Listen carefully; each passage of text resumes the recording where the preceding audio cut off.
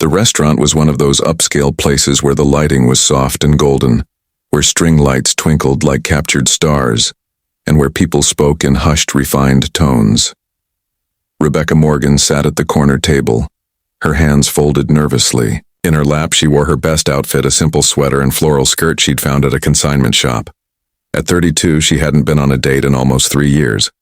Not since her husband passed away, leaving her alone with twin 4-year-old Torsters. Her sister had insisted just one date, Becca. Just coffee. He's a nice guy from my office building. Successful kind. What could it hurt?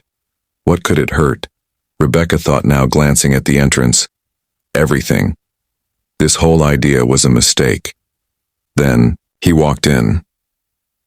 David Chen was exactly as her sister described, late 30s, confident stride, dressed in a casual but clearly expensive navy polo. But what her sister hadn't mentioned was the gentle way he smiled, or the 2 little girls holding each of his hands, twin girls just like hers with curly auburn hair and matching backpacks decorated with rainbows. Rebecca's heart lurched.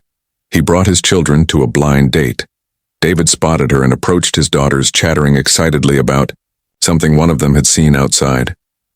When they reached the table, his smile was warm but uncertain. "Rebecca," he asked. "I'm David, and these are my daughters, Lily and Rose." Rebecca nodded, unable to find words. The little girls were staring at her with wide, curious eyes. David cleared his throat, a flush creeping up his neck. "I know this is unconventional. Your sister mentioned you were a single parent, and I wanted to be upfront. I'm a package deal. My girls are my world, and any woman in my life would need to understand that from the start." He paused, his confidence wavering slightly. "If this is too much, I completely understand." Rebecca felt tears prick her eyes. She looked down at her purse, where tucked inside were the crayons and small coloring books she'd brought for her own daughters. "Why did you bring your kids here?" she whispered, her voice breaking slightly. David's face fell. "I'm sorry, I shouldn't have assumed." "No." Rebecca interrupted, a smile spreading across her face even as tears gathered. "You don't understand." She reached into her purse and pulled out the coloring books. "I brought mine too." David's expression transformed from apologetic to astonished. You brought your daughters." "They're with the hostess," Rebecca explained, her voice steadier now.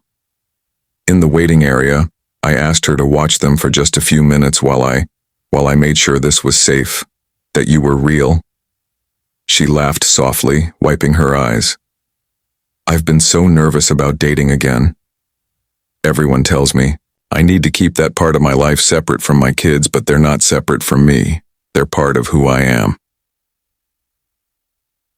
David sat down slowly, his daughters climbing into the chairs beside him. "That's exactly what everyone told me too," he said quietly. "Keep your personal life private. Don't scare women away by leading with the fact that you're a single dad. But I'm tired of pretending I'm someone I'm not." "What happened to their mother?" Rebecca asked gently. "If you don't mind me asking." "Divorced too. Years ago she wanted a different life, one without the complications of motherhood." His jaw tightened slightly, but his voice remained calm. "She visits twice a year, sends birthday cards. The girls barely remember her now." Rebecca nodded slowly. "My husband died 3 years ago. Car accident. He was a wonderful father. My girls ask about him sometimes, but they were so young." She took a breath. "It's been just the 3 of us since then." One of David's daughters. Lily tugged on his sleeve. "Daddy, can we meet?" Her daughters. Rebecca smiled, the first genuine smile of the evening. "Would you like to?" When Rebecca returned with her own twin girls, Emma and Sophie, blonde and bright-eyed, something magical happened. The 4 little girls stared at each other for exactly 3 seconds before Emma said, "We're twins too," and suddenly they were all talking at once, comparing their stuffed animals, their favorite colors, their backpacks. The hostess brought over a larger table, and suddenly this upscale restaurant became something else entirely. David ordered chicken fingers and French fries, the house special, he said with a wink to the amused waiter. Rebecca added apple slices and milk. They talked while the girls colored together, already fast friends. David told her about building his tech company from the ground up, about the long hours and the struggle to balance everything after becoming a single parent. Most people see the success, he said quietly. The nice car, the big house. But they don't see the nights I lie awake wondering if I'm enough for them, if they'll grow up resenting that I couldn't give them a traditional family. You're more than enough, Rebecca said firmly. Look at them. They're confident, happy, curious. That doesn't come from money, or a traditional family structure. That comes from love. She shared her own story, working 2 jobs to make ends meet, going back to school online to finish her degree, the constant worry about money, about time, about being both mother and father.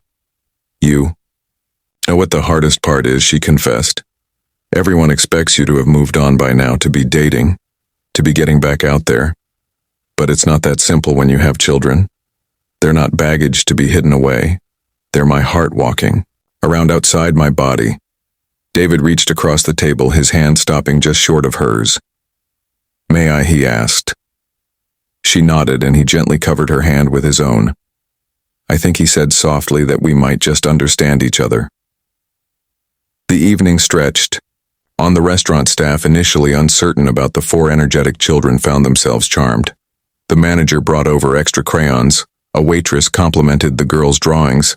David watched Rebecca help Rose tie her shoe, saw the gentle patience in her movements. Rebecca noticed how David listened when Lily talked about her day, giving her his complete attention.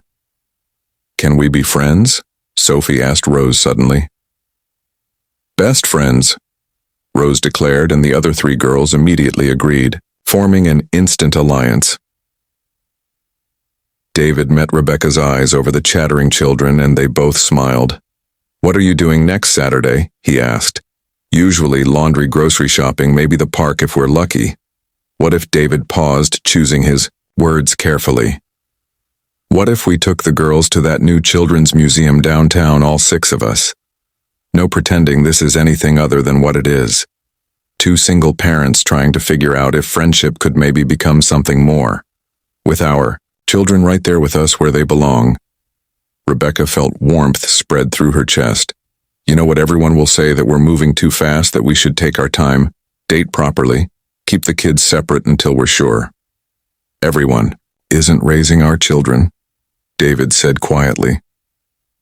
Everyone isn't lying awake at night wondering if their kids will ever have a complete family again. Everyone isn't us. The Children's Museum sounds perfect, Rebecca said. As they left the restaurant, the girls walking ahead in a laughing cluster, David and Rebecca walked side by side. Why did you really bring your kids tonight? Rebecca asked softly. David was quiet for a moment, because he finally said, I've learned that honesty is the only foundation worth building on. After my divorce, I went on a few dates. Nice women, successful, attractive, fun to talk to. But when I mentioned I had children, or when they eventually met Lily and Rose, something always changed. The warmth would cool. The interest would fade. They wanted the successful CEO, not the single dad with bedtime stories and PTA meetings. He stopped walking, turning to face her. I decided I'd rather be alone than pretend to be someone I'm not. So tonight I brought the most important people in my life. If you couldn't accept them, then there was no point in going further. Rebecca smiled, tears glistening in her eyes again. I almost didn't bring my girls, she admitted. I thought it might seem desperate or inappropriate. But at the last minute I couldn't do it. I couldn't pretend they didn't exist, even for one evening. She laughed softly. I guess we both took a leap of faith tonight. And look what we found, David said, gesturing to the 4 little girls now holding hands in a chain. The weeks that followed were unlike anything either of them had experienced before. They didn't hide their relationship from their children. Instead, they built it together. Museum trips and park picnics, movie nights with all 6 of them squeezed onto David's large sectional sofa, baking cookies that turned into flower fights, helping with homework at Rebecca's small kitchen table. David insisted on contributing when Rebecca's car broke down, not as a wealthy man trying to impress, but as a partner trying to help. Rebecca brought home-cooked meals to his house when she knew he'd had long workdays, leaving them with notes that made him smile.